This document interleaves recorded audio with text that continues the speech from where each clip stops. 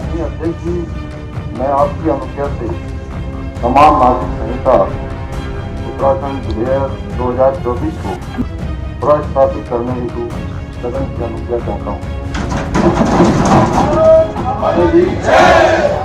उत्तराखंड में यूसीसी विधेयक को लागू करने के लिए विधानसभा का विशेष सत्र बुलाया गया है। जैसे ही सीएम पुष्कर सिंह धामी ने इस बिल को सदन के पटल पर रखा, पूरा सदन जय श्री राम और वंदे मातरम के नारों से गुंजायमान हो गया। सरकार के पास कानून को बनाने के लिए पूर्ण समर्थन भी है, यानी जल्द ही उत्तराखंड एक ऐतिहासिक कदम की ओर बढ़ रहा है। ऐतिहासिक इस लिहाज से भी क्योंकि आजादी के समय से यूसीसी पर चर्चाएं चल रही है। संविधान सभा की बैठक में भी यूसीसी पर लंबी चौड़ी चर्चा हो चुकी है। अब क्योंकि भारत सभी धर्मों को मानता है, तो सभी धर्मों के नागरिकों को एक समान अधिकार देने की बात भी है, इसलिए यूसीसी को लाया जा रहा है। उत्तराखंड में इस कानून के बनने के बाद देश के तमाम राज्यों में यह कानून बन सकता है और हो सकता है कि कुछ समय में केंद्र सरकार भी इस कानून को लेकर के एक बड़ा ऐलान कर दे। लेकिन जहां एक और इस कानून की खूबियां गिनाई जा रही हैं, वहीं इस कानून के विरोधी भी कम नहीं है। सपा, बसपा और तमाम विपक्षी पार्टियां इसका पुरजोर विरोध कर रही है। यहां तक कि उत्तराखंड के पूर्व सीएम हरीश रावत ने भी इसे एक वोट पाने का तरीका बताया है।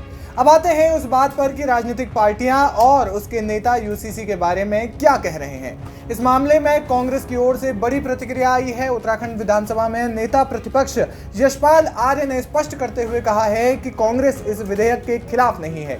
इस तरह की अफवाहें फैलाई जा रही है कि कांग्रेस इसके खिलाफ है, लेकिन इसके खिलाफ कांग्रेस बिल्कुल भी नहीं है। यानी कि इस बयान से ये स्पष्ट है कि सरकार के पास बहुमत तो है ही, लेकिन इसमें अन्य दलों की ओर से भी इस विधेयक का समर्थन किया जा सकता है। इस मामले में प्रतिक्रिया आई इसके बाद समाजवादी पार्टी के सांसद एसटी हसन की। उन्होंने इस मामले में कहा कि हमें मालूम है कि आप ये कानून क्यों ला रहे हैं। वोट की राजनीति के चलते चुनाव के पहले ये कानून लाने की क्यों जरूरत है। ये सिर्फ हिंदू मुसलमान को लड़ाने के लिए लाया जा रहा है। हम इसे नहीं मानेंगे, हम केवल कुरान को मानेंगे। यानी कि जो कानून देश के संविधान के अंतर्गत आने वाला है, उसे मानने पर एक बड़ा प्रश्न चिन्ह लगता है। वहीं all India Muslim personal law board के कार्यकारी सदस्य मौलाना खालिद रशीद फरंगी महली ने कहा कि क्या यूसीसी आने पर सभी कानूनों में एकरूपता होगी? बिल्कुल भी नहीं, एकरूपता नहीं होगी। जब आपने कुछ समुदायों को इससे छूट दी है तो एकरूपता कैसे हो सकती है? हमारी कानूनी समिति इसका अध्ययन करेगी और इसके बाद इस पर निर्णय लिया जाएगा। वहीं कई मुस्लिम धर्मगुरुओं का कहना है कि यूसीसी केवल धर्म विशेष के खिलाफ है, क्योंकि इसमें मुस्लिम समाज की ओर से दी गई आपत्तियों को दरकिनार कर दिया गया है।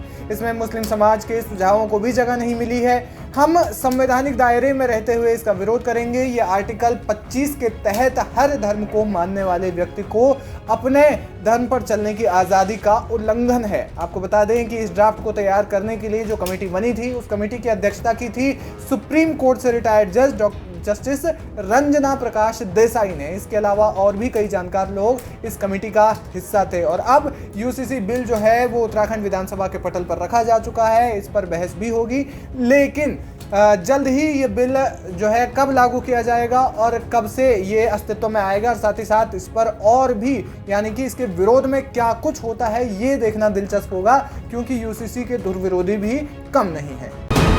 वीके न्यूज, राष्ट्र के नाम।